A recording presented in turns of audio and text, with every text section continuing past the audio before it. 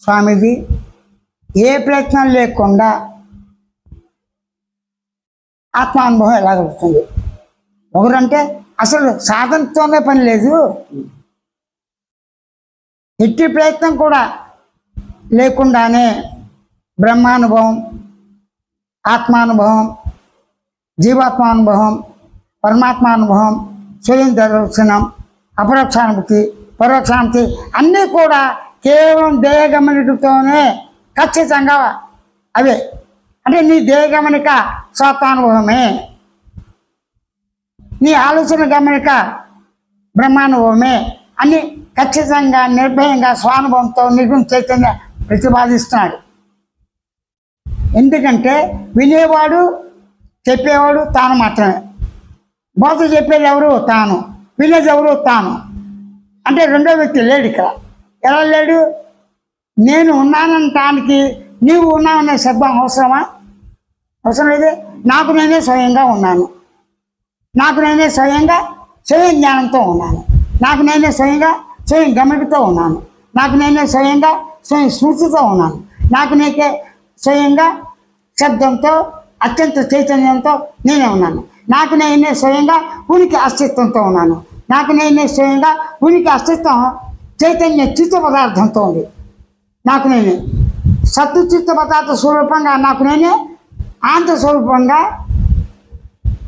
అనంత ఆనందంతో సచ్చిదానంద స్వరూపంగా, మౌన స్వరూపంగా, పరిపూర్ణ స్వరూపంగా, సహజ స్థితి స్వస్థితంగా నాకే ఉన్నది. అట్లా ఉండటమే స్వయం సాక్షాత్కారం.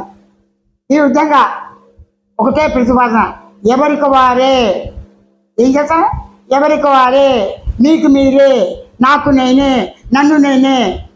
ప్రతి వ్యక్తి, ప్రతి మనిషి, ప్రతి భావం, ప్రతి ఆలోచన, ప్రతి తలంపు తనకు తానే స్వయంగా స్వేచ్ఛగా ఉన్నది. ఏం చెప్తున్నాను ఇక్కడ? ప్రతి వ్యక్తి, ప్రతి ఆలోచన, ప్రతి గమనిక, ప్రతి శృతి, ప్రతి శబ్దం, ప్రతి చైతన్యం, ప్రతి ఎరుక, తెలివి అన్నీ కూడా స్వయంగా నేను ఉన్నాననే శబ్దంలోనే ఇమిడిపోయినాయి. ఆకాశం నందు కోటాను కోట్ల అణువులన్నీ కలిసి ఎన్ని ఇమిడినా ఆకాశం పెరగలేదు, తగ్గలేదు. అలాగే చైతన్య జ్ఞానం నందు అంటే చైతన్య స్వయం ఎరుక నందు, స్వయం జ్ఞానం నందు, స్వయం గమనికతో ఉన్న స్వయం శృతి ఎందే నేనున్నానే దేహము.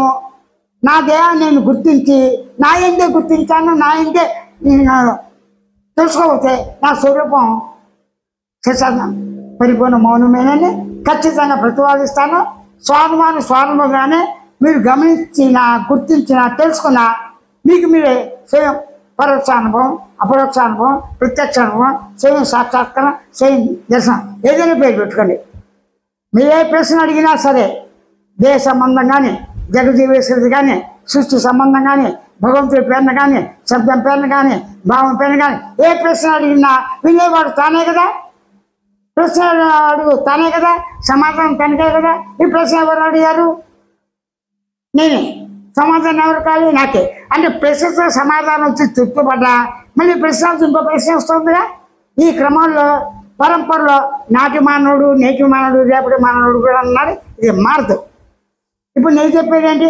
నేను ఉన్నాను, దేహంగా ఉన్నాను, నా దేహంగా ఉన్నాను, నేను నా దేహంతో సహా నేను ఉన్నాననే ఉనికి అవగాహనతోనే ఎరుక చైతన్యం అనందే ఈ దేహం ఉన్నదని నీకు నీవే నేను చైతన్య ఎరుక సహజ స్థితిని ఊరక గమనించి ఉండు.